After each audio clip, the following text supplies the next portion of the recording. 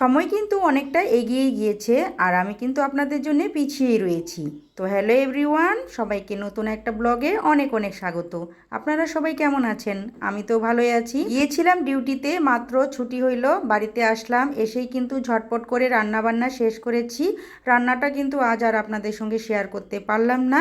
তো দেখুন কি কি রান্না করেছি। ডিম অমলেট, ডিম সেদ্ধ, মুসুরির ডাল না, মুগের ডাল, তারপরে বাঁধাকপি ভাজা।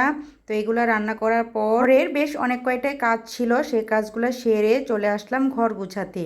হ্যাঁ, দুপুরের খাওয়া দাওয়া এখনও হয়নি, বরমশাই এখনও আসেনি, আর এখন 2:30টার মতো বাজে। তো ভাবলাম বিকেলের কাজকর্মটা একটু এগিয়ে রাখি, তার জন্যই ঘরটা গুছিয়ে নিয়ে চলে আসলাম বাসন কটা মেজে নিতে। জানেন তো, এই যে ব্লগটি আপনাদের সঙ্গে শেয়ার করছি, এটা কিন্তু বেশ কয়েকদিন আগের ব্লগ। যেহেতু আমি বেশ কয়েকদিনের জন্য বাইরে গিয়েছিলাম, তার জন্য কিন্তু সেই ভিডিওগুলো আপনাদের সঙ্গে আর শেয়ার করতে পারিনি।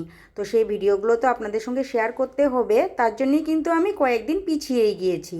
তো যাই হোক, কথা বলতে বলতে কিন্তু বাসনগুলা মেজে নিচ্ছি, আর ছেলেকেও স্নান করাতে হবে। এখন যাই হোক, একটা জিনিস কিন্তু খুবই সুবিধা হয়েছে, এই কলের পাড়টা পাকা হয়ে, তেমন কাপড় কাচা, তারপর বাসনপত্র মাজা, তারপর ছেলেকে স্নান করানো, মানে সব কাজগুলো ইজিলিভাবে করা যায়।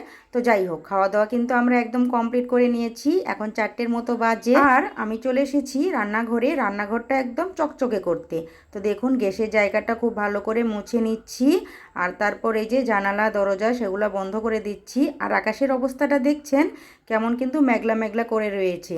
তো কখন যে আকাশটা খারাপ করে বোঝাই যায় না। এই তো সকাল থেকেই কিন্তু দুপুর পর্যন্ত আকাশটা ভালোই ছিল, সন্ধ্যাটা লেগে গেছে, বাতিটা দিয়েছি শুধু, তার মধ্যেই চলে এসেছে বৃষ্টি। শুধু যে বৃষ্টি হচ্ছে একদমই না, আকাশটা যে এমনভাবে ডাকছে, ভয়ই কিন্তু লাগছে। তো যাই হোক, এখন 7টার মতো বাজে, আর আমিও কিন্তু ব্লগটা শেষ করছি। তো ব্লগটি আপনাদের কেমন লাগলো অবশ্যই কিন্তু কমেন্ট বক্সে জানাবেন।